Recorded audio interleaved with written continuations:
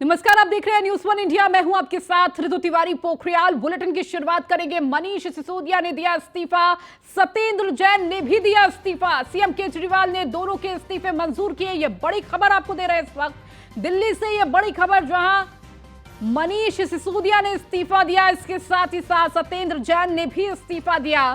CM Kejriwal ने दोनों के इस्तीफे मंजूर किए। तो इस वक्त की बड़ी खबर आपको दे रही है दिल्ली से। आम आदमी पार्टी से जुड़ी ये बड़ी खबर। आम आदमी पार्टी के 2 मंत्रियों ने इस्तीफा। तो उप मुख्यमंत्री मनीष सिसोदिया और सत्येंद्र जैन ने इस्तीफा दिया, जहां सीएम केजरीवाल ने दोनों के इस्तीफे मंजूर किए। बड़ी खबर इस वक्त दे रहे हैं आपको आम आदमी पार्टी से जुड़ी ये खबर।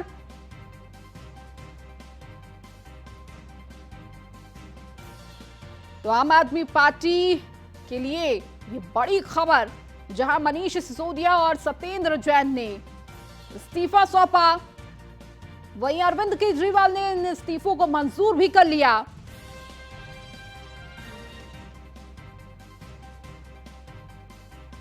डिप्टी सीएम मनीष सिसोदिया का ये इस्तीफा और इसके साथ ही मंत्री सत्येंद्र जैन का इस्तीफा। सीएम अरविंद केजरीवाल ने इन दोनों के इस्तीफे को मंजूर किया। तो एक तरफ डिप्टी सीएम मनीष सिसोदिया पर सीबीआई की पकड़। और अधिक जानकारी के साथ हमारे संवाददाता पीयूष तिवारी हमारे साथ जुड़ चुके हैं। पीयूष, इस वक्त की बड़ी खबर आ रही है कि मनीष सिसोदिया और सत्येंद्र जैन ने इस्तीफा सौंप दिया है, और जिस तरह से ये इस्तीफा सौंपा है, क्या जानकारी अभी पूरी मिल पा रही है? देखिए, अगर हम बात करें तो निश्चित रूप से चाहे मनीष सिसोदिया की बात करें या हम डिप्टी सीएम मनीष सिसोदिया की बात करें या सत्येंद्र जैन की बात करें, दोनों पर ही काफी गंभीर आरोप लगे थे और जिस तरीके से लंबी प्रक्रिया चली है, कई महीनों से ये जांच चल रही थी, उसके बाद कहीं ना कहीं मनीष सिसोदिया सत्येंद्र जैन दोनों ने इस्तीफा दिया है। और सबसे बड़ी बात है कि जो दिल्ली के मुख्यमंत्री है अरविंद केजरीवाल, उन्होंने दोनों के इस्तीफे को मंजूर कर लिया है, क्योंकि कई गंभीर आरोप चाहे सत्येंद्र जैन की बात करें उन पर लगे थे, या मनीष सिसोदिया का प्रकरण आपने देखा किस तरीके से लंबी है, कुछ कई महीनों से जांच चल रही थी, प्रक्रियाएं चल रही थी। इसी बीच जिस तरीके से 8 घंटे तक सीबीआई ने पूछताछ की, उसके बाद मनीष सिसोदिया को सीबीआई की रिमांड रिपोर्ट से मिल गई। उसके बाद तमाम तरीके के जो आरोप है वो शराब नीति मामले में कथित तौर पर लगते रहे हैं। तो निश्चित रूप से एक बड़ी खबर कहीं ना कहीं दिल्ली से जरूर आ रही है। और सबसे बड़ी बात है, दोनों ही इस्तीफा दे रहे हैं, उसके बाद स्वीकार हो गया है। तो अब प्रयास धीरे धीरे ये लगाए जाने शुरू हो जाएंगे, क्योंकि जिस तरीके से भारतीय जनता पार्टी लगातार हमलावर थी कि मनीष सिसोदिया या सत्येंद्र जैन पर जो आरोप लगे हैं वो सही है, तो कहीं ना कहीं भारतीय जनता पार्टी को एक कड़ी जरूर मिल गई है एक बार फिर से आम आदमी पार्टी को घेरने के लिए। और निश्चित रूप से भारतीय जनता पार्टी एक बार फिर से हमलावर जरूर होगी, क्योंकि सत्येंद्र जैन या मनीष सिसोदिया का इस्तीफा सीधे तौर पे कहीं ना कहीं ये थोड़ा बहुत जरूर दर्शाता है कि कुछ ना कुछ दाल में काला जरूर है। और यही कारण है कि कहीं ना कहीं दोनों लोगों के इस्तीफे को भी स्वीकार किया गया है। तो निश्चित रूप से एक कहीं ना कहीं भारतीय जनता पार्टी जिस तरीके से आरोप लगा रही थी, उसके बाद ये सीधे तौर पर इस्तीफे मांगे भी जा रहे थे। भारतीय जनता पार्टी की बात करें या अन्य राजनीतिक दलों की बात करें, इस्तीफे की मांग लगातार की जा रही थी। जब से शराब नीति मामले में डिप्टी सीएम का नाम निकलकर सामने आया था, उसके बाद लगातार कार्रवाई चल रही थी। जिस तरीके से 8 घंटे की पूछताछ चली और पूछताछ में कई महत्वपूर्ण बातें जो है वो भी निकलकर सामने आई। सबसे बड़ी बात देखिए, थोड़ी देर पहले सुप्रीम कोर्ट में भी सुनवाई हुई है, और सुप्रीम कोर्ट से भी कहीं ना कहीं जो दिल्ली के डिप्टी सीएम है उनको एक बड़ा झटका लगा है। कि डिप्टी सीएम चाहते थे कि सुप्रीम कोर्ट से कहीं ना कहीं जो राहत है वो मिल जाए, लेकिन सुप्रीम कोर्ट ने कहा कि आप दिल्ली हाईकोर्ट जाइए। और कहा कि स्वस्थ कानूनी प्रक्रिया के लिए ये ठीक नहीं है कि आप सीधे सुप्रीम कोर्ट का दरवाजा खटखटाते हैं। तो निश्चित रूप से कहीं ना कहीं आम आदमी पार्टी को एक झटका पहले से लगा था जब मनीष सिसोदिया की गिरफ्तारी हुई थी। उसके बाद दूसरा झटका लगा जब राउत रेवेन्यू कोर्ट ने सीबीआई रिमांड में मनीष सिसोदिया को भेज दिया। अब कहीं ना कहीं दोनों लोगों ने इस्तीफा दिया, चाहे सत्येंद्र जैन की बात करें या मनीष सिसोदिया की बात करें, तो इस्तीफे को स्वीकार किया है दिल्ली के मुख्यमंत्री अरविंद केजरीवाल ने। तो एक बार फिर अब कहीं ना कहीं जो भारतीय जनता पार्टी है, अब देखना होगा कि भारतीय जनता पार्टी की क्या कुछ प्रतिक्रियाएं आती हैं। लेकिन एक बात स्पष्ट है कि दोनों ही लोगों की जो इस्तीफे हैं वो स्वीकार कर लिए गए हैं दिल्ली के मुख्यमंत्री द्वारा। बिल्कुल पीयूष, और देखिए ये बड़ा झटका भी है। और जिस तरह से ये पूरी कार्रवाई अभी की जा रही थी, एक तरफ दोनों क्या गिरफ्त में हैं, और इसके बाद ये इस्तीफा आगे किस तरह से मोड़ लेने वाली है ये पूरी राजनीति। और इसके साथ ही साथ देखिए एक तरफ सुप्रीम कोर्ट से भी बड़ा झटका लगा है, और उसके बाद ये इस्तीफा देना। हम बात करें सुप्रीम कोर्ट से आज ही मनीष सिसोदिया को झटका लगा है। सबसे बड़ी बात है दोनों मंत्रियों की, देखिए एक तरफ मनीष सिसोदिया पर जो मुख्य सचिव की रिपोर्ट आती है उसमें बिंदुसार क्रमशः कई तरीके के आरोप लगाए जाते हैं, निजी कंपनियों को फायदा पहुंचाने का आरोप लगता है। इसके अलावा कई महत्वपूर्ण बातें इसमें निकलकर सामने आती है। वहीं सत्येंद्र जैन की बात करें तो सत्येंद्र जैन के भी जो वीडियो जेल से वायरल होते हैं उसके बाद कई तरीके की बातें भारतीय जनता पार्टी की ओर से की जाती है, आरोप लगाए जाते हैं। लेकिन इसी बीच कहीं ना कहीं एक राजनीतिक दल को जो प्रतिद्वंदी दल है, अगर वो इस्तीफे की मांग कर रहा है किसी बात को लेकर, अगर उस बात को कहीं ना कहीं मान लिया जाए एक तरीके से, तो कहीं ना कहीं जो विपक्षी दल है वो मजबूती के साथ अपना पक्ष जरूर रखेगा। और भारतीय जनता पार्टी इस बात को कहीं ना कहीं बखूबी जानती थी, और निश्चित रूप से जिस तरीके से इस्तीफा मंजूर किया गया है तो अब भारतीय जनता पार्टी इस बात को लेकर और भी हमलावर होगी। क्योंकि आप देखिए जब से मनीष सिसोदिया की गिरफ्तारी हुई है भारतीय जनता पार्टी लगातार back to back press conference कर रही है, तमाम तरीके के जो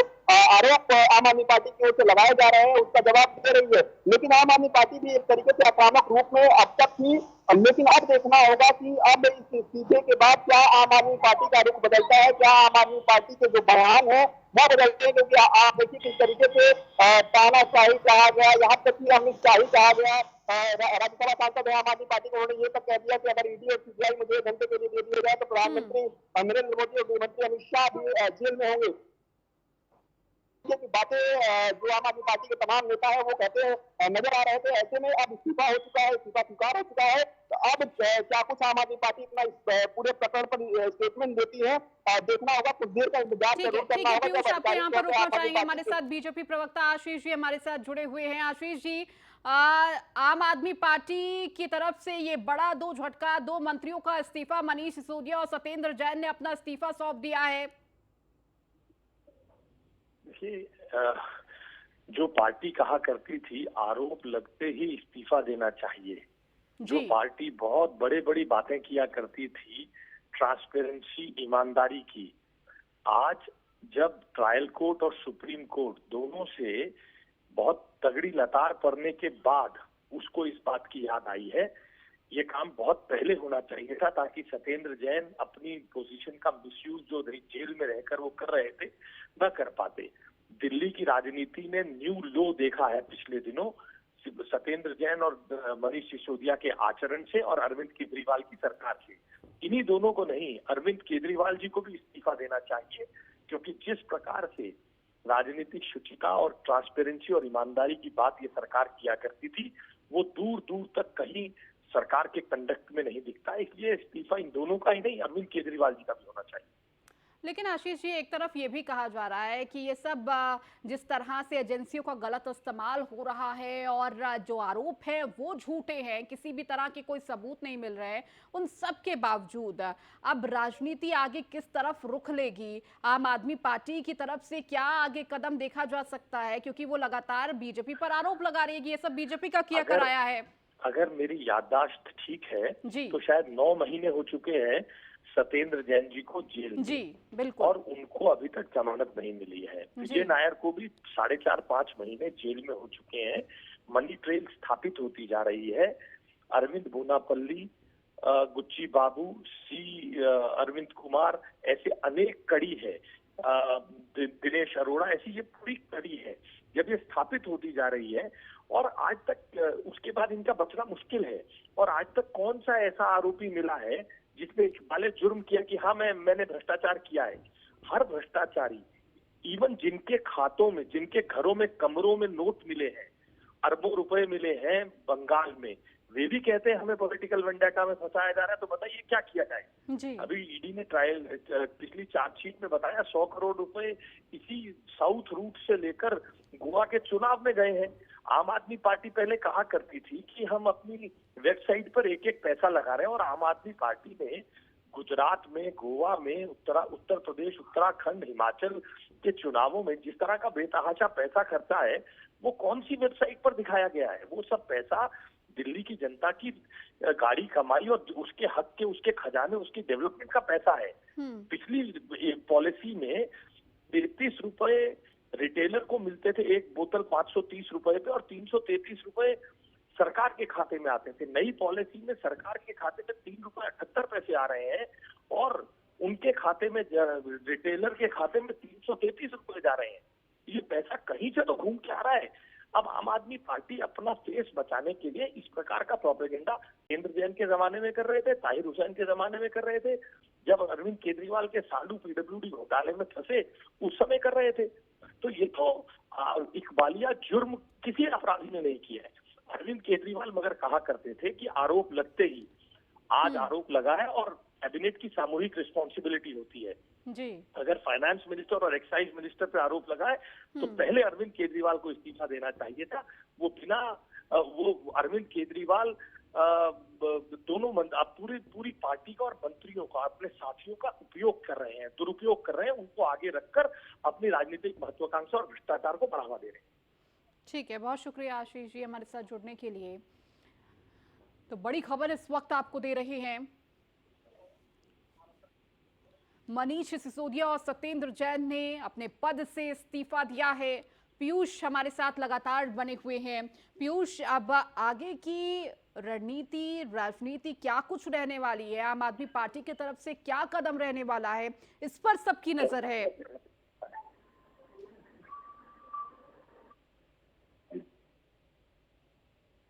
पीयूष, जब भी अगर आरोप सही है तो निश्चित रूप से सिर्फ मनीष सिसोदिया नहीं बल्कि अन्य भी नेताओं के नाम निकलकर सामने आ सकते हैं, और शायद यही कारण है कि दोनों ही मंत्रियों का इस्तीफा जो है वो स्वीकार कर लिया गया है। हालांकि देखना होगा कि आम आदमी पार्टी की ओर से क्या कुछ स्टेटमेंट आते हैं, क्योंकि सबसे बड़ी बात है कि दरअसल जो मंत्रालय है वो मनीष सिसोदिया के जो मंत्रालय है वो मनीष सिसोदिया के साथ थे, और मनीष सिसोदिया पर तमाम तरीके के जो आरोप लगे, हालांकि जिस तरीके से आम आदमी पार्टी मनीष सिसोदिया को अब तक डिफेंड करती रही है, खासतौर पर कह रही है कि दिल्ली के शिक्षा मॉडल को मनीष सिसोदिया ने बेहतर बनाया था। अगर मनीष सिसोदिया साथ थे तो आखिर सबसे बड़ा सवाल उठेगा आम आदमी पार्टी पर और आम आदमी पार्टी के शीर्ष नेतृत्व पर कि आखिर उनका इस्तीफा क्यों स्वीकार किया गया। अगर मनीष, बिल्कुल पीयूष, सवाल यही खड़े हो रहे हैं। जब पाक साफ आप थे, जब आप लगातार ये कह रहे हैं कि जिस तरह से एजेंसियों का गलत इस्तेमाल किया जा रहा है, कोई सबूत नहीं है सीबीआई के पास, लेकिन उसके बावजूद ये कार्यवाही की जा रही है, लेकिन इन सब के बावजूद जब इस्तीफे को मंजूर कर लिया जाए तो आगे क्या देखेंगे? कितनी सच्चाई उनकी बातों में? देखिए, अगर हम बात करें तो देखिए कोई भी जांच एजेंसी, खासतौर पे जो राष्ट्रीय जांच एजेंसी है, किसी भी तरीके से जब उनके पास पुख्ता आधार होता है, पुख्ता सबूत होता है, तभी कोई कार्रवाई करती है। हालांकि जब भी कार्रवाई होती है तो विपक्षी दल, आमतौर पर विपक्षी दलों के निशाने पर सत्ता पक्ष होता है कि जांच एजेंसियों का दुरुपयोग किया जा रहा है, और यही इस केस में भी हुआ है। आप देखिए, गुजरात विधानसभा के चुनाव के तो सीधे तौर पर आम आदमी पार्टी कह रही थी कि गुजरात विधानसभा का चुनाव है, इसलिए इस तरीके की कार्रवाई की जा रही है ताकि हमारे विशिष्ट नेता है वो गुजरात जाकर चुनाव प्रचार ना कर पाए। लेकिन जैसे जैसे समय बीता यही कार्रवाई आगे बढ़ती गई, और अब जब कार्रवाई हो रही है तो सीधे तौर पर पूरे मामले को अडानी से जोड़कर देखा जा रहा है कि अडानी मामले में सरकार क्या कर रही है, और मनीष सिसोदिया को जानबूझकर परेशान किया जा रहा है। और सीधे तौर पर संजय सिंह कहीं ना कहीं सीधे तौर पर आक्रामक कहीं ना कहीं नजर आ रहे हैं, और लगातार वो सरकार को घेरते हुए नजर आ रहे हैं, आक्रामक रूप से अपना जवाब दे रहे हैं। लेकिन आम आदमी पार्टी अभी तक आक्रामक रूप से जवाब दे रही थी, लेकिन अब इन इस्तीफों के बाद क्या वही जो रुख है वो आम आदमी पार्टी अख्तियार करती है, या आम आदमी पार्टी के रुख में परिवर्तन? सोर्सेस ये बता रहे हैं कि सीबीआई को कई महत्वपूर्ण दस्तावेज, यहाँ तक कि कई मोबाइल फोन, करीब 6 मोबाइल फोन बदलने की जो जानकारी है वो सीबीआई के पास है, और सीबीआई इन सभी चीजों का कहीं ना कहीं फोरेंसिक जांच कराएगी। अगर फोरेंसिक जांच होता है तो आप समझिए इस बात को, क्योंकि मनीष सिसोदिया भी एक बड़े कद के नेता है आम आदमी पार्टी में, अगर फोरेंसिक जांच होती है तो निश्चित रूप से और लोगों के नाम निकलकर सामने आ सकते हैं, और यही कारण, शायद यही कारण है क्योंकि कयास लगाए जा रहे हैं आधिकारिक तौर पर कहना उचित नहीं है। चलिए खबरों में आगे बढ़ेंगे। दिल्ली के उप मुख्यमंत्री को सुप्रीम कोर्ट से भी बड़ा झटका लगा है। मनीष सिसोदिया मामले में सुप्रीम कोर्ट ने हस्तक्षेप करने से मना कर दिया है। सुप्रीम कोर्ट ने कहा कि आने से पहले हाई कोर्ट जाए। सिसोदिया के वकील से कहा कि सिर्फ 2 बार उप मुख्यमंत्री को पूछताछ के लिए बुलाया, गिरफ्तारी पूरी तरह से गैर कानूनी है। सिसोदिया के वकील आबकारी नीति में फैसला सिसोदिया ने अकेले नहीं किया था। सिसोदिया के वकील ने सुप्रीम कोर्ट में मामले की सुनवाई करने और राहत देने से इनकार किया।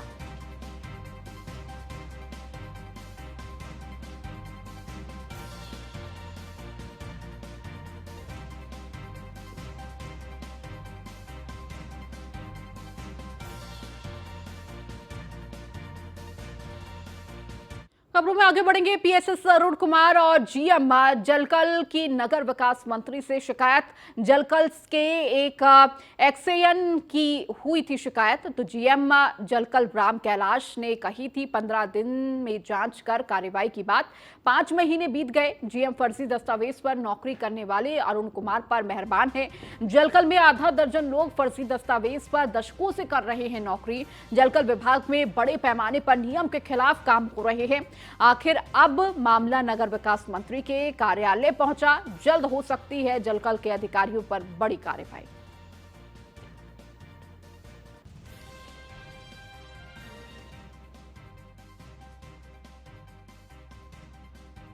बड़े पैमाने पर नियम के खिलाफ काम हो रहे हैं, लेकिन इसके बावजूद कोई कार्रवाई नहीं। आखिर अब मामला नगर विकास मंत्री के कार्यालय पहुंचा है।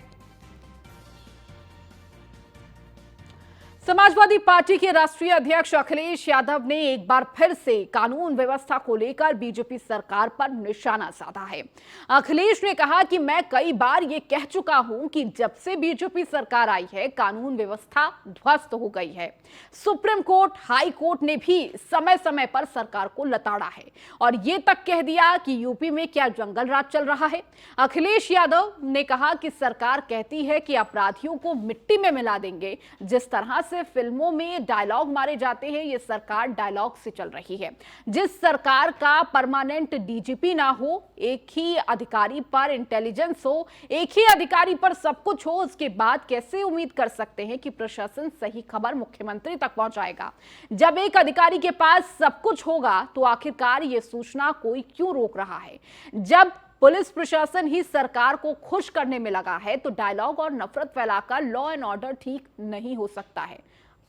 सुनाते हैं आपको क्या कुछ कहा अखिलेश यादव ने।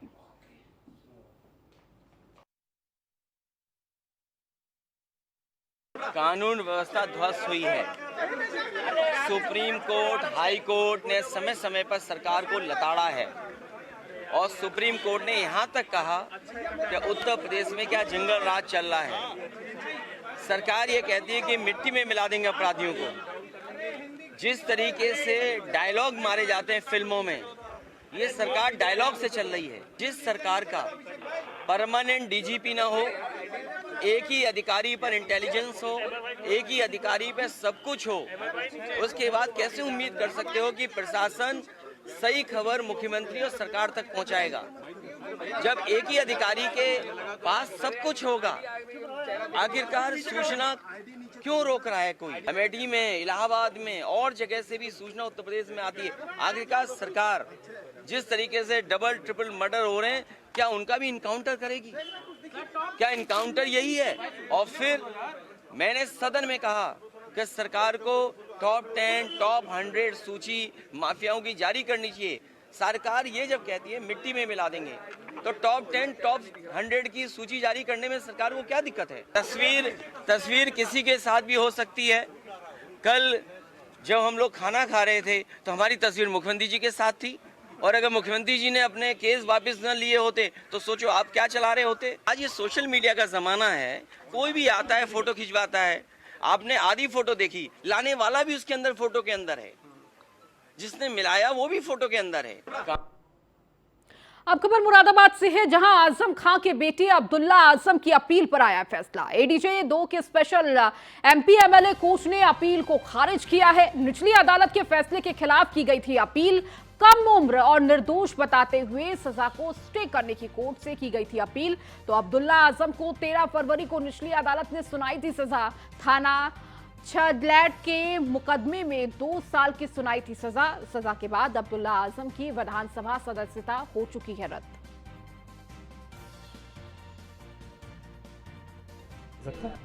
अब्दुल्ला आजम की तरफ से अपील दायर की गई थी, जिसमें एक अलग से ये प्रार्थना पत्र स्थगन का लेके आए थे सजा को स्थगन करने के लिए, लेकिन माननीय न्यायालय द्वारा दोनों पक्षों की बहस सुनने के पश्चात इनका स्थगन प्रार्थना पत्र आज निरस्त कर दिया है। अपील हेतु अग्रिम तिथि 15/3 नियत की गई है, जिस पर आगे सुनवाई होगी। किस ग्राउंड पर निरस्त किया गया है? दोनों पक्षों को सुना था, अदालत ने पर्याप्त ग्राउंड मानी कि सजा इनको जो करी गई है वो सही करी गई है। फिलहाल इसमें स्थगन नहीं दिया जा सकता।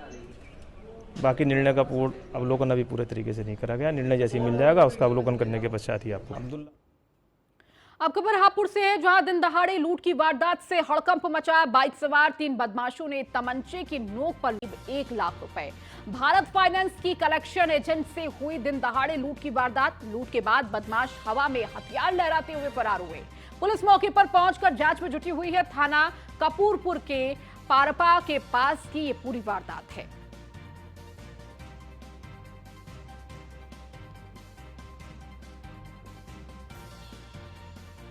तो पुलिस मौके पर पहुंचकर जांच में जुटी हुई। बीघेपुर के समीप एक माइक्रो फाइनेंस कंपनी के कलेक्शन एजेंट से लगभग 90,000 रुपये अज्ञात बाइक सवार बदमाशों द्वारा छीनने की सूचना प्राप्त हुई है।